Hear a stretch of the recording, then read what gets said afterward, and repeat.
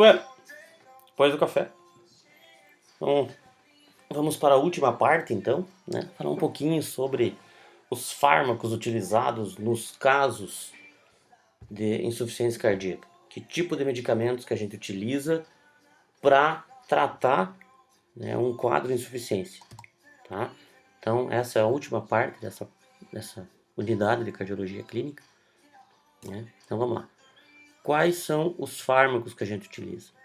Para que a gente vai tratar um animal com insuficiência cardíaca? A gente vai conseguir eliminar o problema? A gente vai conseguir solucionar a causa da insuficiência? Muitas vezes não. Na maioria das vezes não. Então, quais são os objetivos para tratar um animal com insuficiência cardíaca? Independente de que ela seja esquerda ou direita. O primeiro objetivo é manter o animal vivo. Eu preciso manter esse animal vivo pelo maior tempo que eu puder.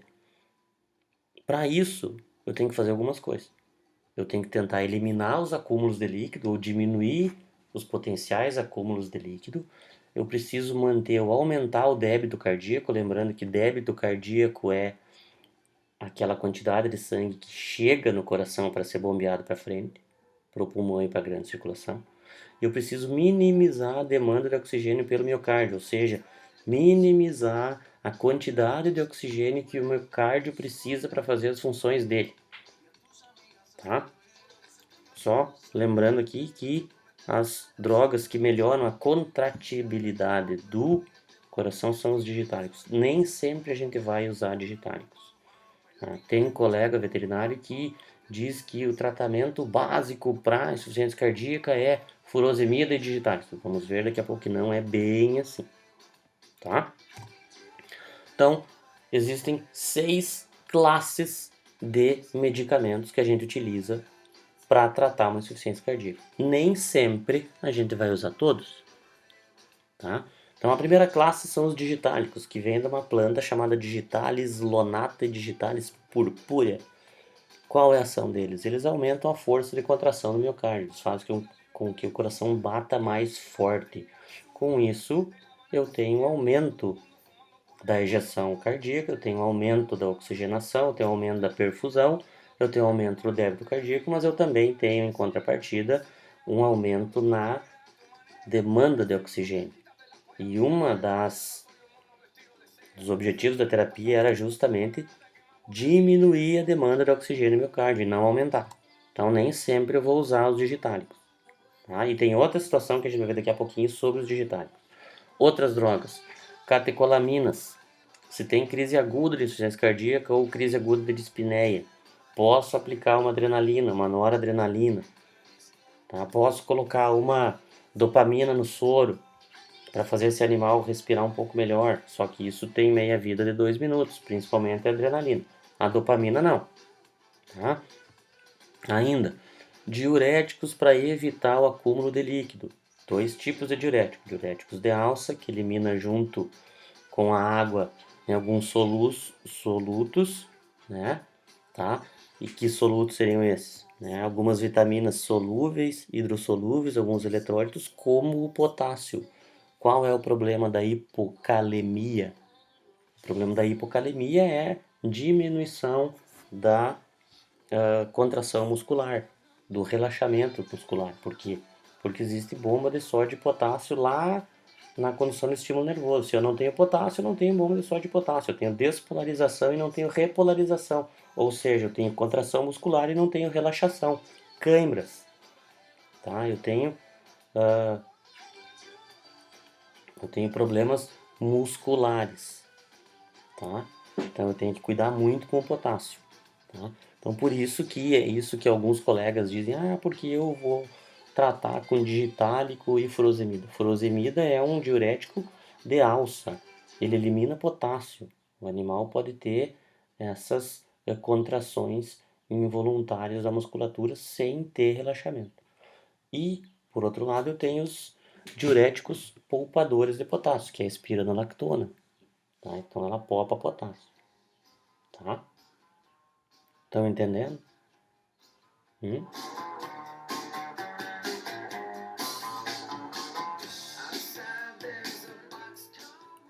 Então vamos lá. O Outra classe de medicamentos são os vasodilatadores, hidralazina, por exemplo.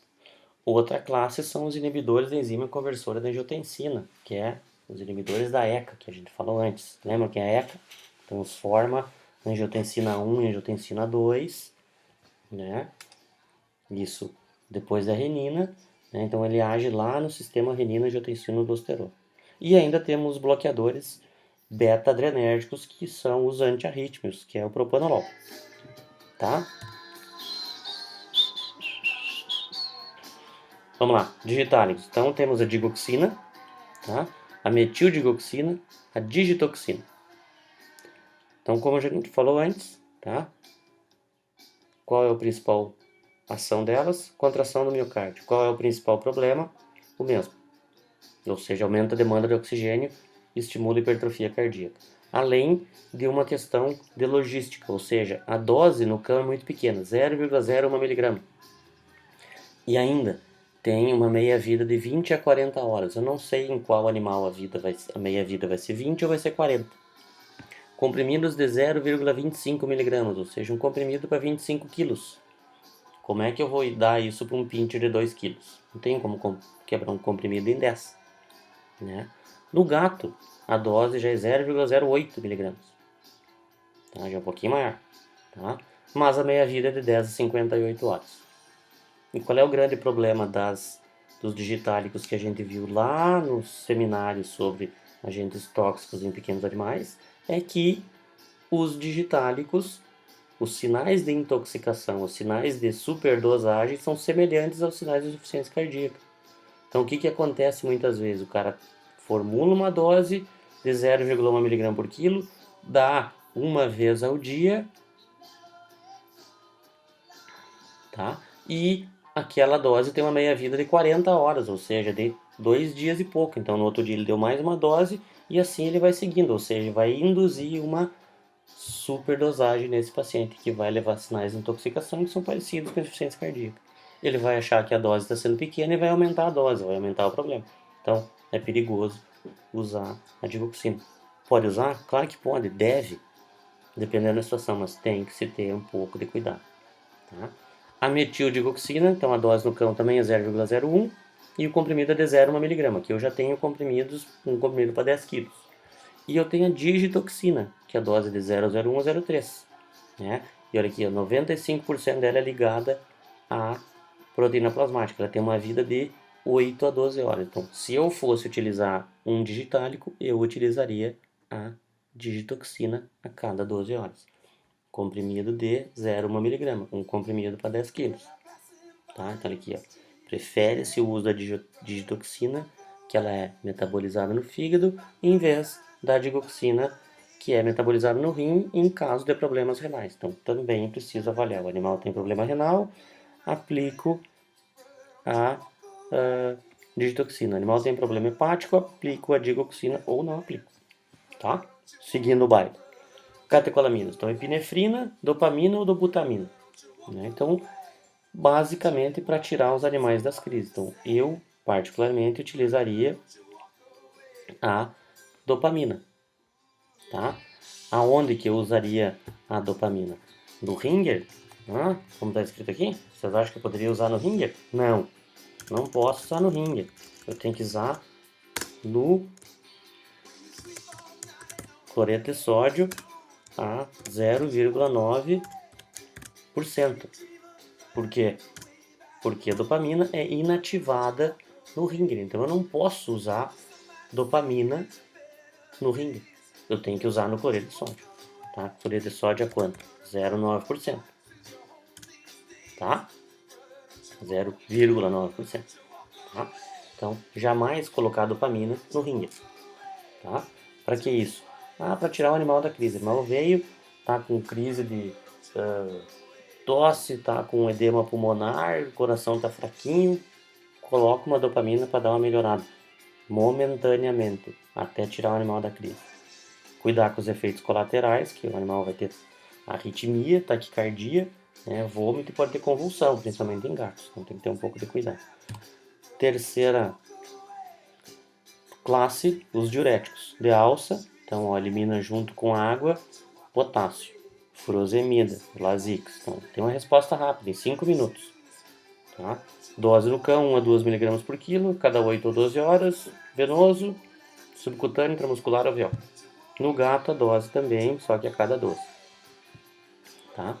Então, principalmente a furosemida. Por que eu usaria a furosemida? O animal chegou hoje com edema pulmonar, com dispneia, vou fazer o Dactone que age mais lentamente? Não, furosemida nele.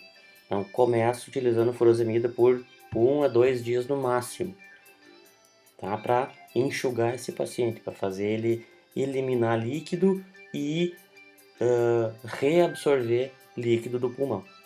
Tá? Posso usar furosemida com o Dactone junto, que é a espironolactona? Pode, dependendo da dose. Se eu fizer isso, não uso dose máxima, uso 1 mg por quilo, a cada 12 ou a cada 8, dependendo do estado do paciente. Tá?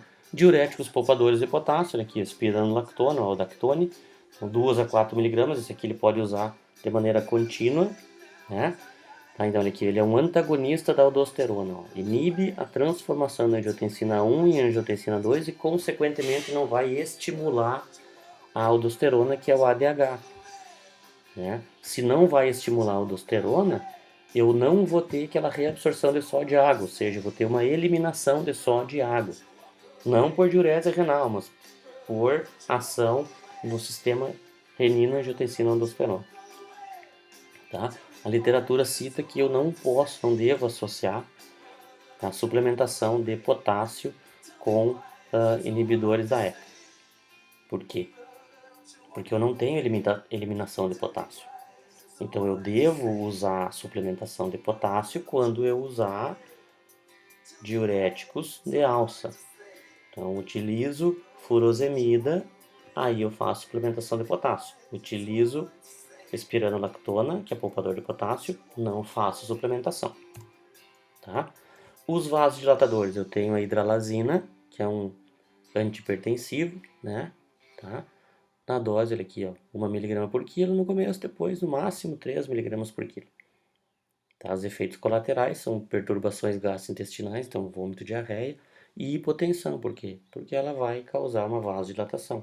Pode levar a uma hipotensão no paciente. Então, cuidar para os animais que tomam hidralazina se for fazer sedação com xilazina ou aplicação de acepromazina. Tá? E pode ter taquicardia reflexa em função da hipotensão para tentar compensar, e aí o animal pode entrar num quadro de falência cardíaca por exaustão da musculatura. Tá? Bom, ele é um dilatador alveolar. Tá? Tem a promazina também, né? E eles têm ação de bloqueador seletivo dos receptores alfa-1, então por isso que eles fazem a dilatação dos vasos sanguíneos, causa hipotensão. Muito cuidado com a dose e com associação com outros medicamentos. Qual é a quinta classe de fármacos? Os inibidores da ECA. Agora sim a gente vai falar onde que eles vão agir. Tá? Então, os inibidores da ECA, eles vão agir aonde? Lá na angiotensina 2. Eles vão inibir a conversão da angiotensina 1 em angiotensina 2. Inibe a liberação de aldosterona, que é o ADH. Então, inibe a eliminação de sódio e água. Tá? Então, olha aqui, efeitos colaterais, distúrbios gastrointestinais também e a hipotensão. Então, cuidar muito no usar com o Dactone, tá? Com os diuréticos poupadores de potássio. Não posso usar dose muito alta, tenho que ficar de olho. Prescrevo para o animal e vou observar o consumo de água e a quantidade de urina que esse animal vai eliminar. Então tem que ter uma conversa com o proprietário para ele observar isso. Tá? Primeiro sinal de que o animal está tomando uma dose muito alta de inibidor da ECA ou de diuréticos é o consumo de água, aumento do consumo de água e aumento da micção. Tá? Olha aqui, ó. Isso aqui, lembram? A gente falou antes, insuficiência cardíaca leva a diminuição do volume arterial de sangue, né? Aumenta a secreção de renina, renina faz a angiotensina virar angiotensina 2, angiotensina 2 aumenta a secreção de aldosterona, reabsorve água, sódio, elimina potássio, reabsorve a água dos ductos coletores, né? E aumenta o volume plasmático, aumenta pressão hidrostática, diminui pressão oncótica proporcionalmente. Aonde o inibidor da ECA age? Aqui, ó. Tá? Ele age aqui, ó. E aí não vai ter nada disso. Se não tem nada disso, diminui a ação disso aqui, diminui o edema. Então diminui o edema pulmonar, diminui a ascite, tá? O sexto, né? A sexta classe de fármacos, então são os bloqueadores dos receptores beta-adrenérgicos. Quem são esses? Propanolol, basicamente, tá? O que ele faz? Ele tem ação antiarrítmica, ele faz o que o coração bata no ritmo de novo, né? Tá? Então, que efeitos colaterais que a gente tem? Distúrbios gastrointestinais, trombocitopenia, fraqueza, tá? Então tem que levar em conta a restrição de sódio, né? A insuficiência já tem aumento da reabsorção de sódio, então eles podem fazer reter mais água. Então tem que ter um pouco de cuidado na aplicação do propanolol. Tá? E ainda eu tenho a terapia auxiliar, que é tão importante, né, quanto a terapia medicamentosa. Né? Terapia medicamentosa primária, e eu poderia dizer que essa terapia auxiliar é terapia medicamentosa secundária. Então o que eu tenho? Morfina. Por que eu uso a morfina? Nesta dose aqui, né? Eu uso a morfina para diminuir o movimento respiratório, ou seja, diminui a angústia respiratória, seda o animal. Não é para diminuir, não é para analgesia, simplesmente para sedação do paciente, tranquilização e sedação do paciente. Então, olha aqui, ó, repouso e tratamento da tensão, então repouso e diminuição do exercício físico desse paciente, né, como terapia auxiliar também, broncodilatadores, então a utilização de broncodilatadores como a minofilina, por exemplo, vai fazer com que esse animal tenha um aumento do diâmetro dos brônquios e melhore isso, faz que seja melhorado o fluxo de ar, consequentemente a ventilação do paciente. Além do que, essa minofilina aqui, ó, ela tem uma leve ação diurética, então ela vai potencializar o uso do diurético. Tá? Posso fazer a toracocentese se houver líquido no espaço pleural, como a gente falou agora há pouco, né, quarto e sexto espaço, né, cuidar para a pressão negativa, e abdominocentese, né, para retirar líquido acítico, aí sim eu retiro até 2/3 desse líquido da abdominocentese para que o animal respire melhor, não tiro tudo para não perder muita proteína. E a toracocentese, essa sim, eu tiro todo o líquido, tá? Para que esse líquido não ocupe espaço de distensão pulmonar. E ainda, se o animal estiver desidratado, que pode acontecer, né? Fluidoterapia com cloreto de sódio a 0,45%, mais um pouco de glicose, frutose, enfim, para dar uma melhorada na função hemodinâmica, na função, na hidratação desse paciente. Tranquilo? Chegamos ao fim, então, dessa parte de cardiologia clínica, né? E falar para vocês um pouquinho como vai ser a APS, né? Então, a APS das cardiomiopatias vai ser da seguinte maneira, tá? Prestem bem atenção, tá? Então, vocês vão entregar no dia da AV3, né, que se eu não me engano vai ser dia 4 de dezembro, tá? Imediatamente antes do início da prova, ou seja, não vou terminar, vou entregar mais tarde. Pode entregar depois da prova, vai valer a metade só, no máximo a metade.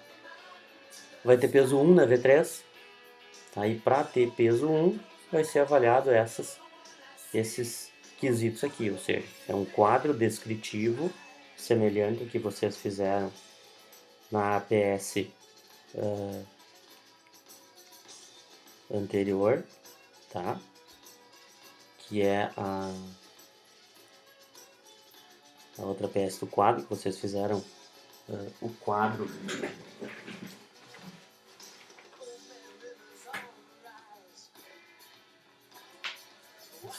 das alterações das glândulas perianais, né, da coprostase.